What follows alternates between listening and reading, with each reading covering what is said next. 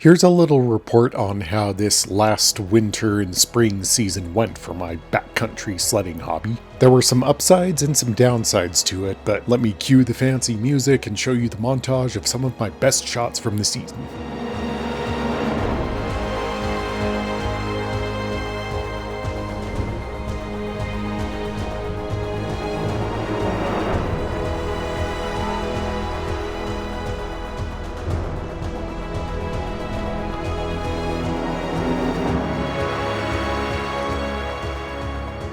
I upgraded my drone and was able to play around with it a little bit. I'm still practicing with it, so I didn't get too many shots with it, but some of the shots that I did get are really cool.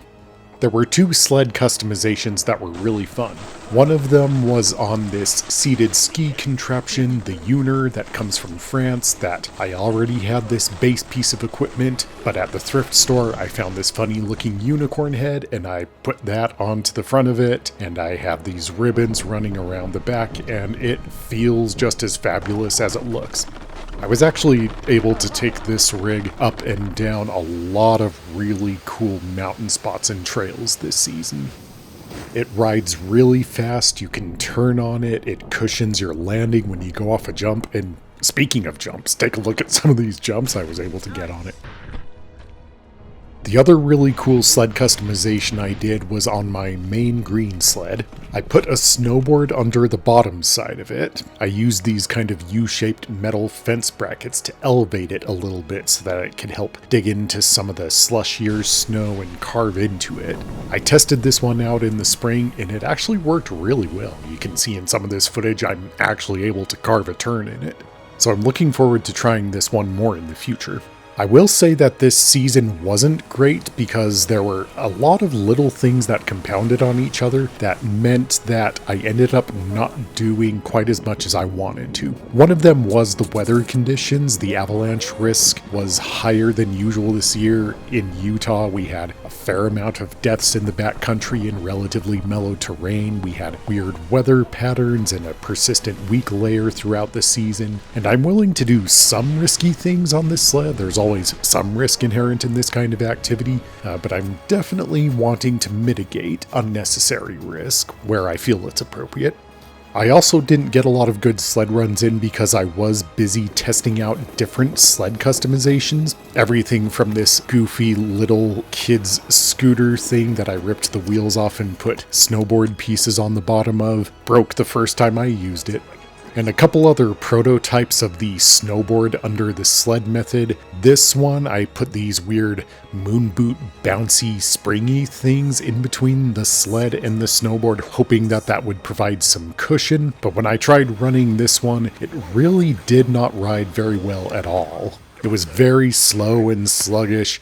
I also tried out this form factor where I took these weird kind of hoverboard steering brake levers off of a thing I found at the thrift store, and I put skis onto the bottom of them in the hopes that it would help get some agile steering and turning and maybe braking on this. When I would go downhill on this, I would pull on those levers and they would kind of dig in, but they wouldn't really turn me. Just the ergonomics of this really didn't work out. If I did dig in enough to start steering myself, it would pretty easily turn into a skid out and I'd spin out of control. In addition to trying sled form factors, there were also some logistical reasons why this season wasn't great. I was busy with some extra things at work and volunteer work. When I thought I would be taking a van trip out of town over the weekend, it just ended up not happening. Not necessarily because I was super busy, but honestly because I didn't really make it a priority. I just decided to pay attention to other things instead. It definitely is the case that life goes by fast, and if you don't actively try to do things, even if they are things that you enjoy and instinctively love doing, if you don't make time for them, they're probably not going to happen. You have to actually build them into your day-to-day life. So I definitely want to work at doing that better next season. I also find myself thinking, well, it's the summer in the northern hemisphere right now, but maybe I just need to go chase the snow in the southern hemisphere. Maybe I need to start traveling and thinking about it like that. Maybe someday.